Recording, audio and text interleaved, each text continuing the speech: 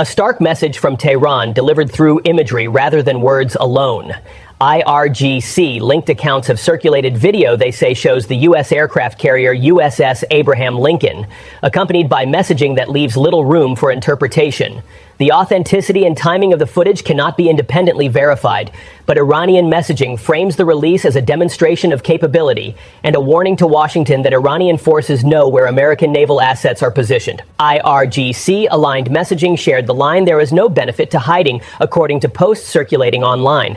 Iran says the footage is not recent, but officials stress the message is about readiness rather than a record of current operations.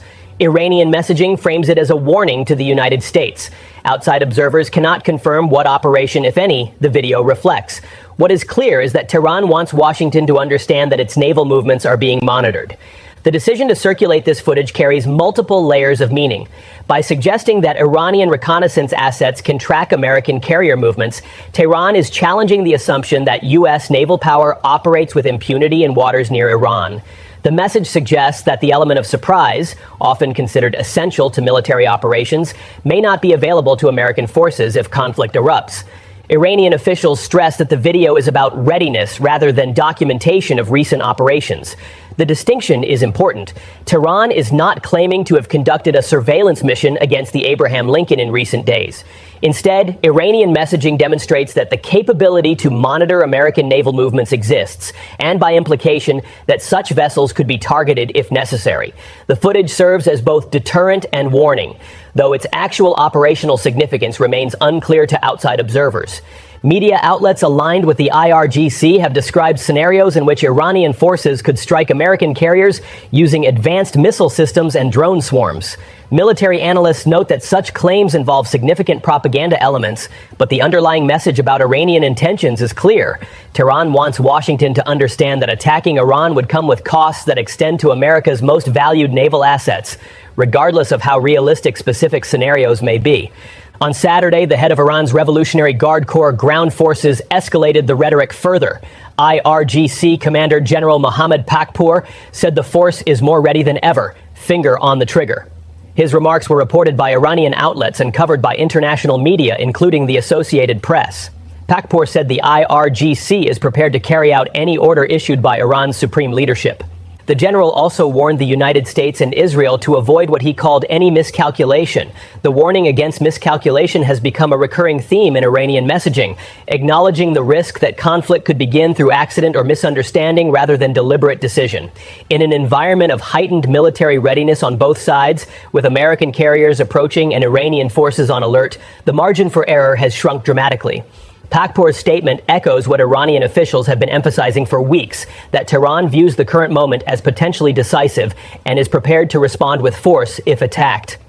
The reference to the supreme leader's orders underscores that military decisions remain centralized at the highest levels of Iranian leadership, even as operational commanders maintain readiness for immediate action. As tensions spike to their highest level in years, reports have emerged about extraordinary precautions being taken by Iran's supreme leader. According to Iran International, citing two sources it describes as informed, Supreme Leader Ayatollah Ali Khamenei has relocated to a heavily fortified underground shelter in Tehran. The complex is described as a wartime facility with interconnected tunnels designed to withstand potential attacks. This claim cannot be independently verified. Iran International also reports that Khamenei's third son, Masoud Khamenei, has assumed day-to-day management of the Supreme Leader's office, acting as the main channel of communication with Iran's executive leadership. This claim likewise cannot be independently verified, though if accurate, it would represent a significant development in Iranian governance structures during a moment of extreme crisis. The reported decision to move to a bunker facility would reflect Iranian assessments of the threat level posed by American military deployments. While Washington has not publicly announced intentions to strike Iranian leadership, the positioning of carrier strike groups and additional air assets creates capabilities that Tehran cannot ignore. Iranian military planners must assume that American forces could be used for strikes against a wide range of targets, including command and control facilities. The reported elevation of Masoud Khamenei to an operational role in the Supreme Leader's office would represent a notable development if accurate. As the reported main channel of communication with Iran's executive leadership, the younger Khamenei would occupy a position of considerable influence at a moment of extreme crisis. The arrangement, according to Iran International's sources, ensures that decisions can be communicated and implemented even if the Supreme Leader's direct accessibility is limited by security considerations. The reports have generated speculation about succession planning within the Iranian system, though officials have not addressed such questions publicly. What Iran International's reporting suggests is that the Iranian leadership may be taking steps to ensure governmental continuity under scenarios that include potential American military action. The preparations would reflect both the seriousness with which Tehran views the current threat and the institutional resilience that Iran has developed over decades of confrontation with the United States. Iranian officials have not publicly commented on reports about Khamenei's location, maintaining the strategic ambiguity that characterizes much of Tehran's security posture. The reports from Iran International, which claim sources within Iran's security establishment, cannot be independently verified, but suggest that extraordinary measures may be underway at the highest levels of Iranian leadership. The American naval deployment that has triggered these Iranian responses represents a significant concentration of military power. U.S. President Donald Trump said a powerful American naval armada is heading toward the Middle East. Speaking aboard Air Force One, Trump said the deployment was being made just in case he decides to act against Iran. The conditional nature of the statement leaves open multiple possibilities while maintaining pressure on Tehran. U.S. officials said the aircraft carrier USS Abraham Lincoln and multiple guided missile destroyers will arrive in the region in the coming days, without detailing specific routes or current positions. The carrier strike group brings substantial offensive capabilities, including aircraft capable of conducting strikes and cruise missiles that can target fixed installations. Additional air defense systems are also reportedly being repositioned, likely to protect U.S. and allied air bases from potential Iranian retaliation. The defensive preparations suggest that American military planners are accounting for the possibility that any strikes against Iran would trigger responses targeting American facilities throughout the region. The dual nature of the deployment, offensive capability combined with defensive preparations, reflects the complex calculations involved in potential military action. Britain has entered the military picture as well. The UK has announced it will deploy RAF Eurofighter Typhoon jets to Qatar following a request from Doha. The deployment adds another NATO ally's military assets to the regional buildup, though British officials have emphasized that the positioning is precautionary rather than preparatory for specific operations. The British deployment reflects the interconnected nature of Western military presence in the Middle East. Qatar hosts significant American military facilities, and the addition of British air assets increases the defensive and potentially offensive capabilities available in the region. The coordination between American and British forces demonstrates the alliance structures that would likely come into play if conflict erupted.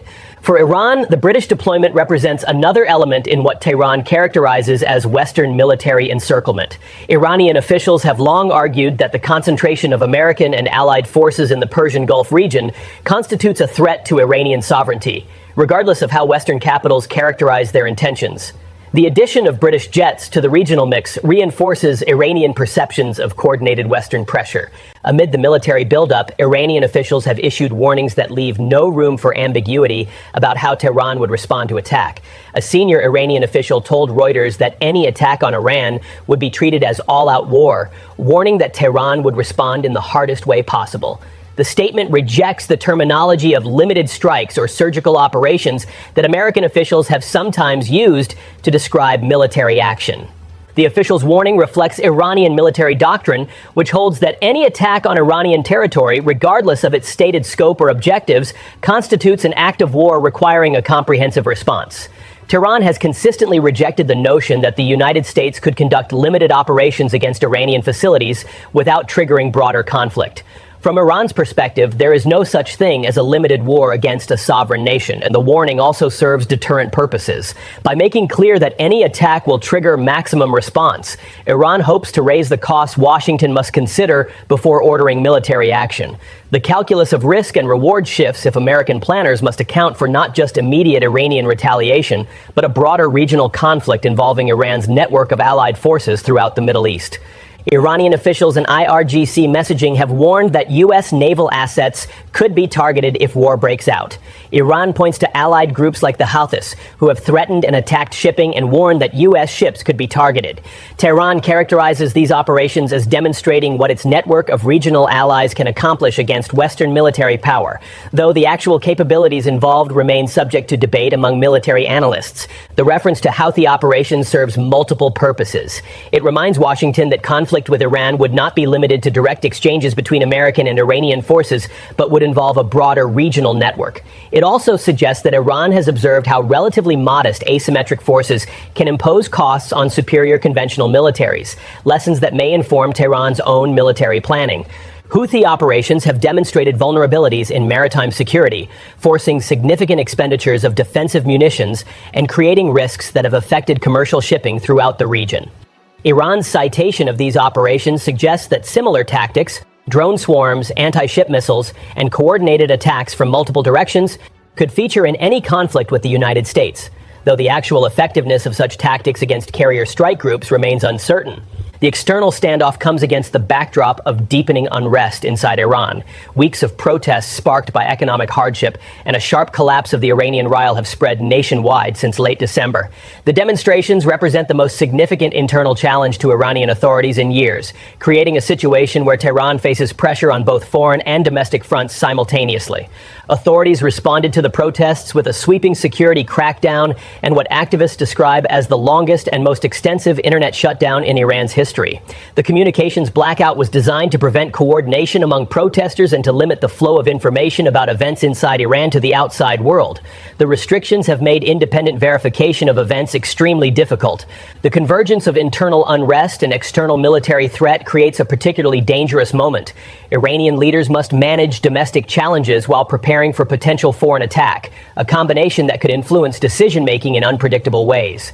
Some analysts suggest that external pressure could rally Iranians around their government. Others argue that it could accelerate internal fragmentation. The uncertainty adds another layer of risk to an already volatile situation.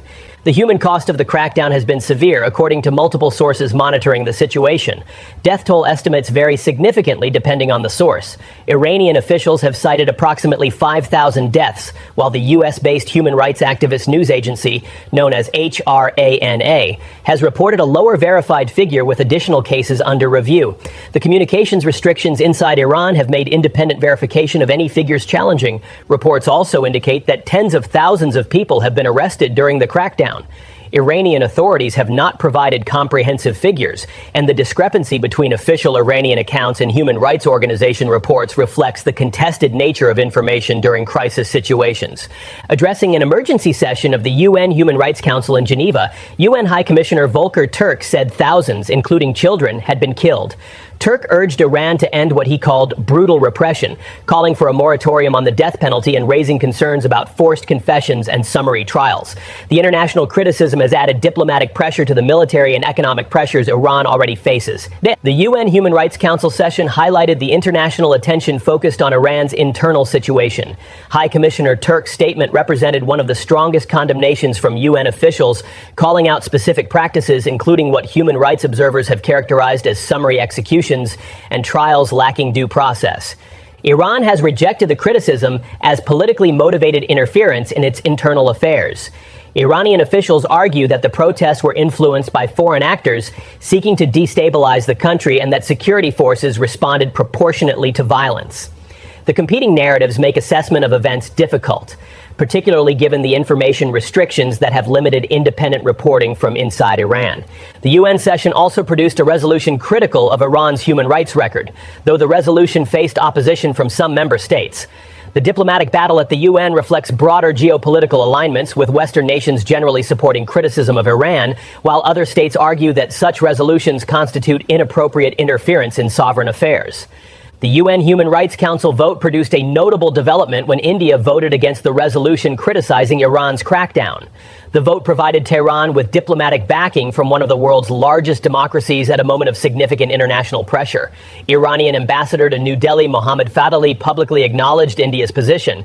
The Indian vote represents a significant diplomatic development because it demonstrates that Iran maintains international relationships that can provide cover against Western pressure.